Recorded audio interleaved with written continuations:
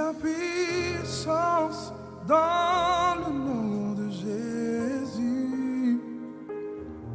Il y a puissance dans le nom de Jésus.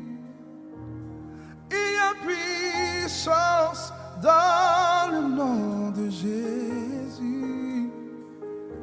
Pour briser les chaînes, pour briser les chaînes, pour briser les chaînes, pour briser les chaînes, pour briser les chaînes, pour briser les chaînes. Bonsoir. Bonsoir. Alors aujourd'hui nous sommes dans un contexte un peu différent, dans un cadre différent du culte des vainqueurs que nous avons eu l'habitude de connaître depuis un certain moment. Donc aujourd'hui je vais profiter pour vous poser quelques questions pour que nous puissions comprendre un peu le culte des vainqueurs. Pourquoi le culte des vainqueurs? Qu'est-ce qui vous a amené à créer ce culte des vainqueurs? Soyons bénis. Amen. Effectivement, vous posez la question qui est une très bonne question parce qu'il faudrait comprendre les choses pour pouvoir les pratiquer. Le culte des vainqueurs, comme le sens étymologique le dit, c'est le culte des vainqueurs. Le culte des vainqueurs. Donc, ce n'est pas le culte pour être vainqueur, c'est le culte des vainqueurs. Donc, déjà là, quand on se plonge dans ce contexte-là, déjà, ou bien dans le sens même des mots, ça voudrait déjà dire que nous considérons que nous sommes vainqueurs. La Bible nous dit que nous ne combattons pas pour la victoire, mais nous combattons dans la victoire. C'est dans ce sens-là que nous avons mis en place le culte des vainqueurs. C'est de vraiment prendre les différentes personnes de l'Église et les faire comprendre qu'ils ne sont pas là pour combattre pour une quelconque victoire, mais ils doivent se plonger dans la victoire de Christ. C'est un peu pour ça que nous avons créé le culte des vainqueurs. Donc, si je peux un peu m'attarder un peu sur le départ, parce que c'est important qu'on comprenne le sens réellement de ces mots-là. Comprenons que au jour d'aujourd'hui, nous combattons souvent des combats qui ne sont pas à notre portée. Ce sont des combats que Christ a déjà combattus et qu'il a déjà vaincus. Nous, chrétiens, nous devons simplement vivre la victoire en Christ. Et aujourd'hui, nous trouvons encore avec des personnes, des enfants, des frères, même en Christ, des pasteurs, qui sont toujours dans la perspective de combattre pour obtenir, comme si c'était nos paroles qui allaient vraiment nous permettre d'obtenir. Le culte de vainqueur, en fait, nous plonge dans une autre dimension de la vie chrétienne. C'est d'emmener les personnes, en fait, à vivre la victoire, à réellement toucher la victoire de Christ. Oui, et pendant ces moments-là, nous expérimentons beaucoup de choses de la prière qui nous permettent de faire ressortir la victoire. Nous n'allons pas combattre pour la victoire. Nous faisons ressortir la victoire qui nous appartient. La Bible dit que le voile a été déchiré. À l'époque, le voile était, si on parle sur le plan spirituel, le voile était, nous ne pouvions pas donc voir ce qui était à nous. Le voile était déchiré pour nous permettre de voir ce auquel nous avons droit, auquel aussi nous pouvons prétendre posséder. Et donc, le but du culte des vainqueurs, c'est révéler encore davantage ce qui est à nous, ce que nous possédons, mais auquel nous n'avons pas droit parce que nous manquons de connaissances suffisamment pour prétendre les posséder. Il est dit que nos droits, c'est d'abord connaître nos devoirs. Et c'est nos devoirs, en fait, qui nous révèlent nos droits. Donc, c'est un peu le but du culte des vainqueurs. Nous faire connaître nos devoirs pour que nos droits nous soient acquis automatiquement. D'accord. Et on a remarqué aussi que vous avez différentes façons d'introduire le culte des vainqueurs. Le culte des vainqueurs sur les réseaux sociaux, enfin sur notre chaîne YouTube. Ce sont des petites exhortations que les différents hommes de Dieu du ministère font tous les vendredis. Nous étions à l'église chaque soir à faire des proclamations. J'aimerais qu'on puisse comprendre pourquoi utiliser différentes manières pour ce culte des vainqueurs. Dans la pédagogie, on utilise plusieurs manières pour faire comprendre, pour atteindre les objectifs que nous voulons apporter dans la vie de chacun des chrétiens ou des administrés, si je peux me permettre de parler dans ce sens-là, ou chacun des membres de l'Église. quand on est un pédagogue, on doit pouvoir toucher un peu à toutes les méthodes pour toucher le maximum. Nous avons différentes façons de comprendre. Chaque être humain a une façon différente de comprendre les choses. Et donc, il était nécessaire donc de passer, en tant qu'enseignant, de passer par différentes méthodes. Donc, la méthode, premièrement, de la proclamation qui qui donne une dimension à la personne qui est en train de proclamer qu'elle maîtrise les choses, elle conduit les choses, qu'elle emmène même les choses. Après, il y a une dimension d'adoration qui permet à la personne de rentrer dans un autre aspect de la prière qui reconnaît au travers de l'adoration que le Seigneur est un Seigneur, que tout ce qu'il lui donne est déjà acquis. Donc, c'est un processus pour amener les gens tout doucement à se plonger véritablement dans la victoire. Comme je dis, nous ne combattons pas pour la victoire, nous combattons dans la victoire. Et ensuite, nous avons commencé des exhortations pour la simple raison que, au fur et à mesure que le pédagogue ou bien l'enseignant avance, il doit donc avoir le discernement de voir si ce qu'il enseigne ou ce qu'il emmène à cette perspective de victoire comprennent ou suivent sa façon de fonctionner. Dans le cas contraire, il doit donc adapter par rapport à ceux qui sont en face de lui, adapter donc sa méthodologie pour pouvoir les emmener à véritablement vivre la victoire. Donc, il était nécessaire donc qu'on apporte des exhortations. L'exhortation, c'est quelques passages bibliques qu'on donne et qu'on essaie d'expliquer pour que ceux qui sont en face de nous suivent la logique de la prière. Donc, c'est un peu ce qui a emmené ces différentes phases de prière pendant le culte des vainqueurs. C'est vraiment l'objectif, c'est qu'à la fin, que tout le monde comprenne de quoi on parle. D'accord. Vous avez fait comprendre aussi que nous battons dans la victoire. Mais c'est vrai aussi que c'est difficile à croire pour des personnes qui vivent des difficultés aujourd'hui, qui les empêchent d'avancer. Que pensez-vous par rapport à cela? Ça va dans le sens justement de ce que nous voulons enseigner. Vous savez, le monde nous a inculqué des valeurs qui aujourd'hui nous empêchent de voir la vérité selon Dieu. Il est nullement écrit dans la parole que nous n'allons pas traverser des épreuves. Comme j'ai dit, les difficultés, je donne ce terme-là du côté un peu malsain de la chose. Pour la simple raison que je dis que Dieu ne nous conduira pas dans les difficultés. La Bible nous dit qu'il n'y a aucun malheur qui nous frappe qui vienne de Dieu. Donc Dieu nous dit simplement que nous serons confrontés à des épreuves, mais il dit aussi qu'il nous a donné le pouvoir et la possibilité, la capacité de surmonter ces épreuves-là. L'épreuve est faite pour faire grandir, l'épreuve est faite pour enseigner, l'épreuve est faite aussi quelquefois pour corriger, pour redresser. L'épreuve, elle est faite aussi pour que nous puissions être meilleurs dans ce que nous entreprenons. Donc, oui, ce que vous dites aujourd'hui, on a l'impression qu'il y a autant de difficultés autour de nous. Mais vivre la victoire ou bien être dans la victoire ne veut pas dire que on ne peut pas percevoir autour de nous ce qui se passe réellement.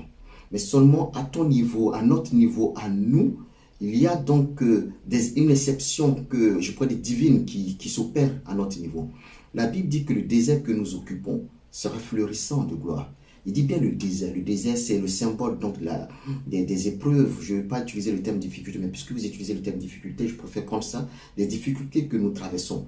Mais Dieu dit dans cette difficulté où nous sommes assis, il aura donc une terre qui sera florissante, là où nous sommes.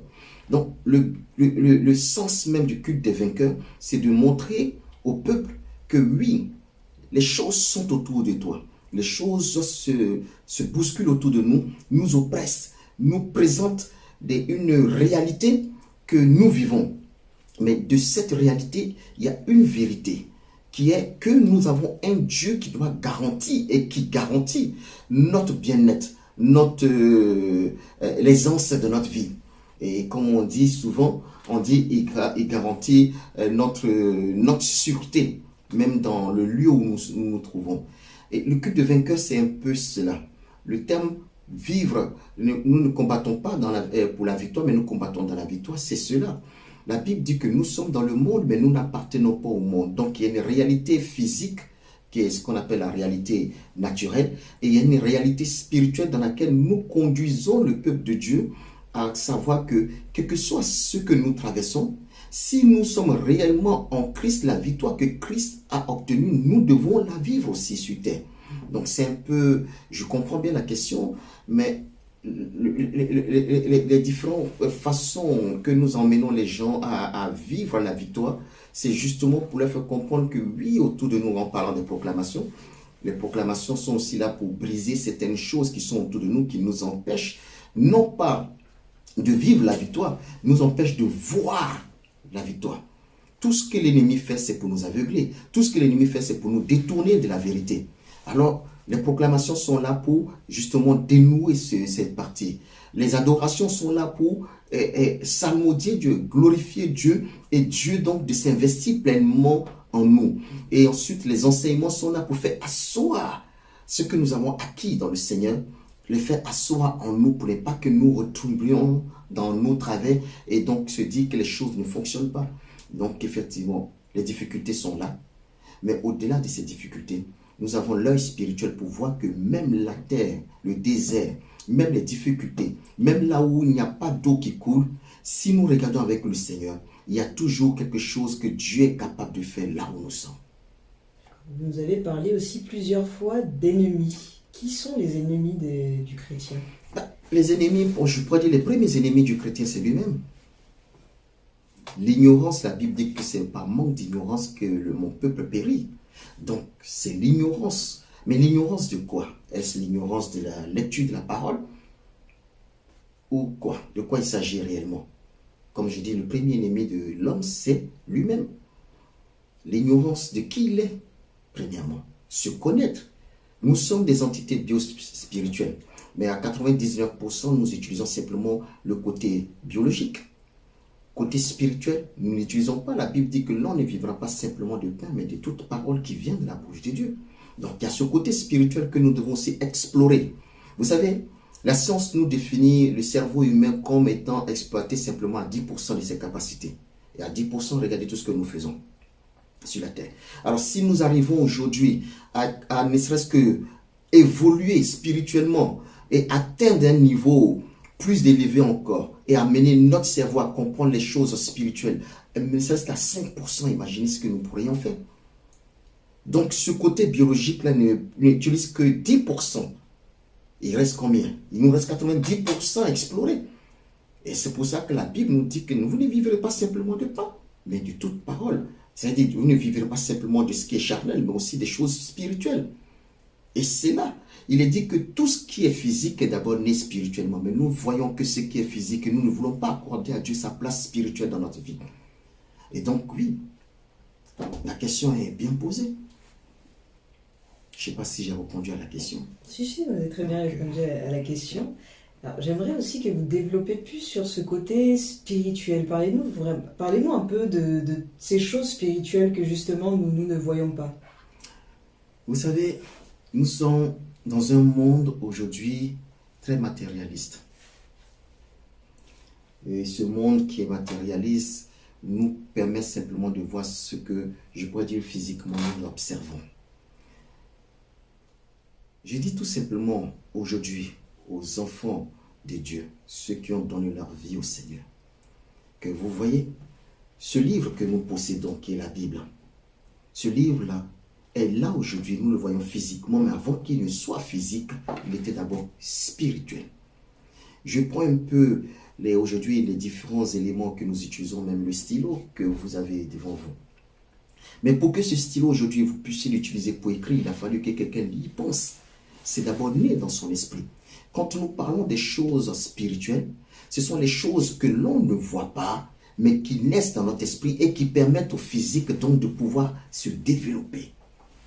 Sans que ça ne soit né dans ton esprit, aujourd'hui on pourrait parler du cerveau, on pourrait parler d'intuition, mais nous en tant qu'enfants de Dieu, nous disons bien que c'est une inspiration divine. Tout ce qui nous permet aujourd'hui d'exister, c'est divinement inspiré. Il n'y a rien qui puisse naître en un homme qui peut lui permettre de mieux être qui ne vienne de Dieu. Tout vient de Dieu. Donc, aujourd'hui, c'est de briser la barrière du physique. Et puis, au-delà du physique, montrer aux hommes qu'il y a quelque chose de spirituel qui est derrière. Quelque chose d'invisible, mais ce n'est pas parce que c'est invisible que ça n'existe pas. c'est bien invisible à nos yeux purement physiques, mais cela existe. Maintenant, vous me diriez, mais comment donc pouvoir percevoir cela? Et c'est là que je pourrais dire que la conduite spirituelle dans laquelle nous conduisons pendant le culte des vainqueurs, les hommes et les femmes, ou les différentes personnes qui nous écoutent ou qui viennent participer, c'est justement leur permettre d'acquérir une autre perception de la vie. Pas des yeux physiques, parce que tout ce qui est physique demeurera toujours physique. Souvent, ce qui est physique nous montre la limite. Mais ce qui est au-delà du physique nous permet de voir que au-delà de ce mur, il y a quelque chose d'autre. Ou bien même ce mur est composé de certaines choses que simplement parce que le monde m'a permis de dire que la brique est la brique. Alors celui qu'on présente, il dira que c'est une brique. Mais il ne dira pas que cette brique-là, aujourd'hui, est là parce qu'elle est constituée de ciment, de sable et peut-être de gravier. L'œil spirituel ou bien la compréhension spirituelle nous emmène à regarder une chose et à en voir les détails de la chose et la composition de cette chose. Ce qui nous permet aussi plus facilement de pouvoir briser cette chose parce que nous connaissons un peu sa composition. Donc, les choses qui sont physiques vont toujours demeurer physiques. Mais nous, en tant qu'enfants de Dieu, nous savons que l'Éternel nous dit que ne regardez pas simplement avec vos yeux physiques, mais regardez aussi avec vos yeux spirituels. Et pour donc voir avec les yeux spirituels, il faut une seconde chose qui pourrait rentrer en ligne de compte pour pouvoir percevoir ce dont je vous parle. C'est le Saint-Esprit qui a seule vocation à ouvrir l'entendement des hommes. Je prends l'exemple tout simplement de Nicodème qui a vécu une expérience de ce genre. Quand il vient voir notamment Jésus, Jésus lui dit, il dit à Jésus qu'il veut savoir comment Jésus fait ces choses. Regardez la réponse que Christ lui donne.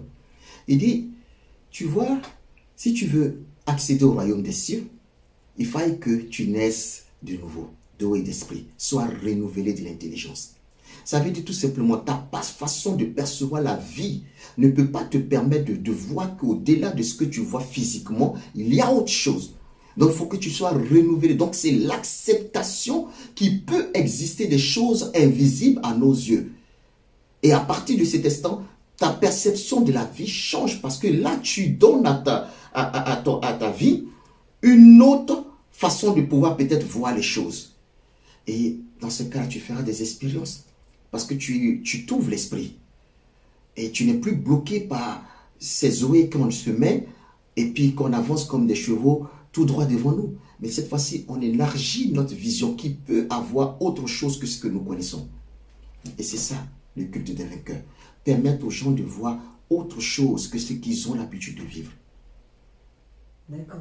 Et quels conseils pouvez-vous donner pour que ces personnes puissent acquérir ce discernement pour pouvoir vraiment avoir l'œil spirituel et ainsi voir les esprits qui sont autour de nous?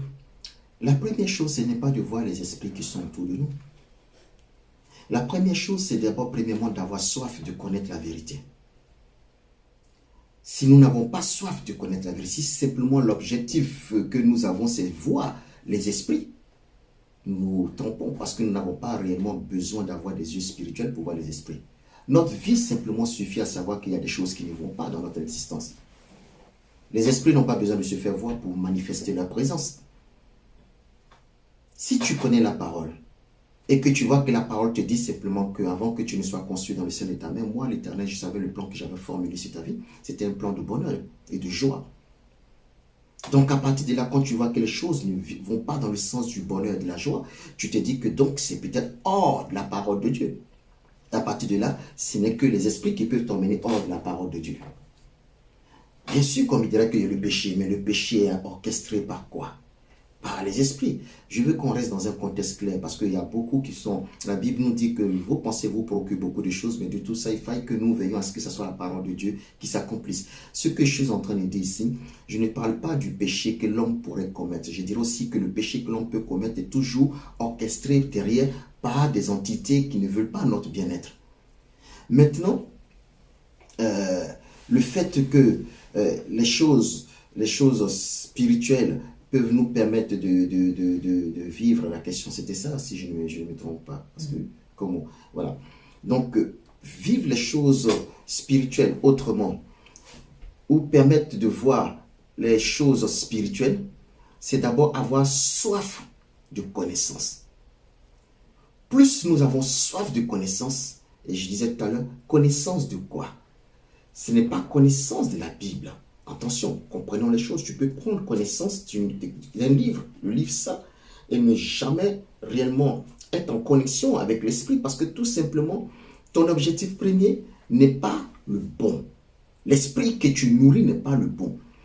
Connaître quoi exactement? C'est connaître Christ en esprit et en vérité. Regardez très bien, en esprit et en vérité. On ne nous parle pas en chair, on ne nous parle pas physiquement, on nous dit en esprit et en vérité. Donc quand on a la soif de connaître Christ en esprit et en vérité, alors on ne rencontre que ce qui est spirituel et ce qui est vérité. Par contre, si on a tout simplement soif de voir des esprits ou de pouvoir peut-être discerner les esprits, donc se dit que comme je vois que dans tel endroit il y a un esprit, donc je vais en échapper en passant ailleurs, ça fausse complètement la donne parce que nous sommes entourés d'entités maléfiques autour de nous, comme aussi des entités angéliques autour de nous. Mais le plus important ici pour ceux dont nous parlons, vivre la victoire, c'est tout simplement de connaître la réalité de Jésus-Christ de Nazareth. Il dit, Père, je te rends gloire parce que la vie éternelle, c'est qu'ils te connaissent toi. Ce n'est pas qu'ils lisent simplement la parole, mais c'est qu'ils apprennent à te connaître. Donc c'est de rentrer dans l'intimité du Seigneur. Chercher à rentrer dans son intimité. Donc toute personne qui aspire à une vie meilleure, à vivre une victoire, c'est de rentrer dans l'intimité de Christ. Et une fois que nous épousons le Seigneur qui est notre époux, l'époux a quelle vocation? C'est de protéger ce qui lui appartient. C'est pour ça qu'il est appelé fils de l'homme. L'époux doit protéger ce qui lui appartient. Et ce qui lui appartient, c'est son épouse. Donc automatiquement, il veille aussi au bien-être de ce qui lui appartient, son épouse et sa famille. Donc, quand nous rentrons, nous cherchons véritablement à connaître l'époux, nous finissons par donc avoir une fusion avec l'époux. L'époux prend donc acte du fait que nous l'avons épousé entièrement et que nous cherchons réellement à satisfaire l'époux. Alors l'époux prend aussi ses responsabilités à nous plonger dans une vie de quiétude, une vie sans problème, une vie sans difficulté. Attention, il faut bien comprendre, je ne dis pas que nous n'aurons pas des petits trucs qui vont arriver dans nos vies, mais seulement, il n'y a rien, la Bible nous dit, il n'y a rien qui puisse arriver à un enfant de Dieu sans que Dieu ne lui ait révélé. Donc Dieu ne révèle rien sans toutefois nous avoir donné les solutions pour pallier à ce qui risque d'arriver.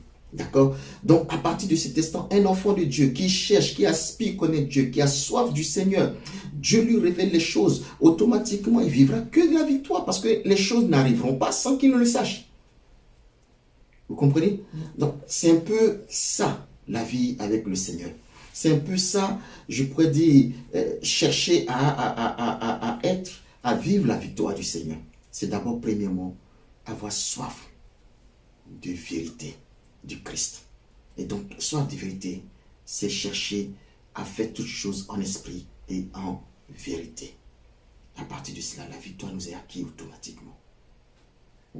Alors, vous nous avez parlé, vous venez de nous parler de la connaissance, qu'il est important pour cette victoire, avoir cette victoire de la connaissance de la parole.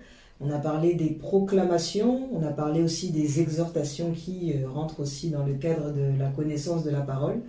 Mais en tout cela, où est la place de la prière?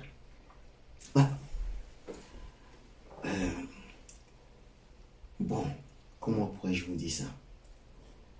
Écoutez, cherchez à connaître Christ, avoir soif de Christ. J'ai défini précédemment que la prière, c'était un dialogue. Je pense que la prière, ce n'est pas simplement de venir puis de balancer, comme dit la parole, les vaines paroles persuasives. Ou se borner à dire de multiplier des paroles. C'est un dialogue. Nous sommes en train d'échanger. Je parle, vous me répondez, ou vous me posez des questions, je réponds. C'est une prière. Quand vous me parlez, vous me posez des questions, je suis en face de vous, je dois vous répondre. C'est ça la prière. La prière est un dialogue entre deux personnes. Donc, la place de la prière, elle est déjà là. Le fait de chercher à connaître Christ, c'est tout à fait rentrer dans sa présence. Comment est-ce que je peux savoir si je suis dans la présence de quelqu'un? Écoutez, nous sommes assis là. C'est parce que je parle que vous savez que je suis présent. Mais au bout de quelque temps, quelqu'un pourrait s'être arrêté ici, sans faire de bruit. Vous et moi, nous l'oublierons complètement. Nous allons ignorer sa présence. Pourquoi? Parce qu'il n'a pas d'interaction dans ce que nous sommes en train de dire. Alors, chercher la connaissance du Seigneur, c'est justement créer cette interaction, cet échange entre Dieu et vous.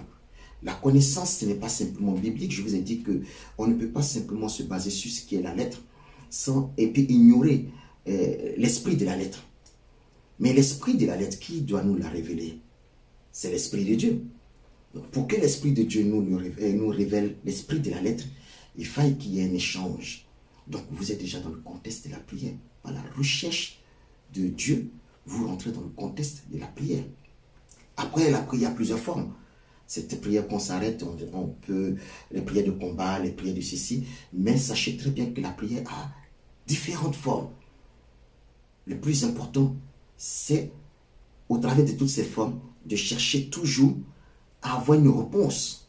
Maintenant, comme je vous ai dit que c'était un dialogue, est-ce que d'autres pourraient se dire, oui, mais bon, est-ce que Dieu est dans l'obligation de répondre? Non. Ce qui est merveilleux dans ce que Dieu a une personnalité. Nous sommes des personnes, nous disons, on se définit comme étant des humains parce que nous avons des personnalités, un caractère, et nous sommes capables donc de penser. Et donc Dieu, et duquel nous sommes, bon, du moins l'image, a une personnalité. Je peux vous poser une question, vous n'êtes pas obligé de me répondre. Ou peut-être que vous me répondrez plus tard. C'est ça aussi le dialogue. On n'est pas obligé forcément de donner une réponse à l'instant T. Et souvent, c'est ce qui se passe aussi avec Dieu. C'est qu'il n'est pas dans l'obligation de nous donner des réponses. Alors, ce n'est pas pour autant qu'il ne nous a pas donné des réponses qu'il ne répond pas. Parce que le silence même de Dieu est une réponse. Elle nous enseigne aussi la patience. Donc, vous voyez, chercher la face de Dieu, chercher à connaître Dieu, c'est aussi une prière. Donc, la prière a sa place dans tout ce que nous faisons. Et pensez-vous que Dieu privilégie certaines personnes par rapport à d'autres personnes? Je ne crois pas. Je ne crois pas. Il y a un adage qui dit, la pluie qui tombe le matin, c'est de Dieu. Vous êtes convenu avec moi que la pluie qui vient arroser la terre est de Dieu. Elle mouille le païen comme elle mouille aussi le chrétien ou le croyant. Vous convenez que la terre du païen est aussi arrosée que la terre du chrétien. Donc, je ne crois pas que Dieu fasse acception de qui que ce soit. La Bible dit que il nous dit lui-même qu'il n'y a plus d'esclaves, il n'y a plus de chrétiens, il n'y a plus de païens, il n'y a plus de juifs, il n'y a plus de ceci, il n'y a plus de cela. Parce que Dieu est Dieu pour tout le monde. Donc, il n'a pas de préférence. Cependant, nous pouvons, par la prière, par l'acceptation de Jésus-Christ de Nazareth, car il est dit, quoi, pour tous ceux qui l'ont accepté, il a fait d'eux enfants de Dieu. C'est la différence qui est là. Entre ceux qui vont accepter Christ, qui deviendront enfants de Dieu, et ceux qui ne l'ont pas accepté, mais par contre qui croient en l'existence d'un Dieu. La différence, c'est qu'ils croient en l'existence. Ils ne sont pas devenus enfants de Dieu. Donc, la capacité naturelle demeure en eux. C'est ce que moi j'appelle la grâce naturelle. Ils peuvent opérer des choses, ils peuvent faire des choses. Mais par contre, ceux qui sont devenus enfants de Dieu, Dieu leur donne la capacité surnaturelle de demander des choses en son nom et que cela s'accomplisse. Voilà la différence. Sinon, je ne crois pas que Dieu rejette certains et accepte d'autres. Non. C'est nos choix qui font que nous avons souvent l'impression que d'autres pourraient dire qu'ils sont de Dieu et d'autres pourraient dire que nous, ils ne sont pas de Dieu. Voilà. D'accord, et pour résumer tout ce que vous venez de nous expliquer, comment le chrétien peut-il réussir? Première chose, la Bible dit qu'il faudrait que nous mettions Dieu en premier lieu dans tout ce que nous entreprenons. Vous allez voir ça dans le livre de Deutéronome, chapitre 6, verset 5. Il dit de mettre Dieu au devant de tout ce que nous entreprenons. Il faut qu'il soit la priorité dans notre vie. Donc, quand on met Dieu en priorité dans notre vie, à partir de cet instant-là, nous faisons les choses selon Dieu. Et comme rien de ce que Dieu fait n'échoue, nous réussirons forcément. Maintenant, c'est de connaître Dieu et de connaître la parole de Dieu et surtout le sens de la parole de Dieu. Car la Bible dit dans le livre de Josué que attachez-vous à la parole, gardez-la tout près de vous, dans votre cœur. En cela, vous aurez du succès dans tout ce que vous entreprenez. Donc, elle est claire. La parole, c'est quoi la parole? On m'aurait dirait que je lis la Bible tous les jours, et c'est là-dessus que je reviens. Je lis la Bible, mais ma vie est toujours la même. Parce que tu lis la Bible sans prendre acte que, en fait, cette parole que tu lis là, ou les mots que tu lis, en fait, sont de Dieu. Je pourrais dire c'est l'expression écrite de Dieu. Donc, tant qu'on ne prend pas conscience qu'en fait, ceux devant lesquels nous nous trouvons, c'est Dieu. Elle ne peut pas. Je ne peux pas dire que la lumière est là et je ne considère pas que la lumière est claire. Et espérer que quand tu ne considères pas que la lumière est claire, elle est éclairée par la lumière. C'est impossible. Tant que je ne prendrai pas conscience qu'en fait cette lumière est faite pour m'éclairer, elle pourra rester toujours dans ma main. Je ne pourrai jamais la brancher ou l'allumer. Au jour d'aujourd'hui, c'est de comprendre que ce que nous tenons dans notre main est Dieu. Et si nous nous imprégnons de cela, automatiquement que nous prenons conscience que c'est Dieu, nous donnons à cet écrit-là la valeur divine. Et à partir de cet instant, l'action de la divinité agit dans notre vie. C'est pour ça que Dieu dit à Josué de garder la parole dans son cœur. Mais pas seulement dans son cœur. Josué était un homme qui était capable de savoir ce qu'il possédait. Et donc, nous devons savoir aujourd'hui ce que nous possédons.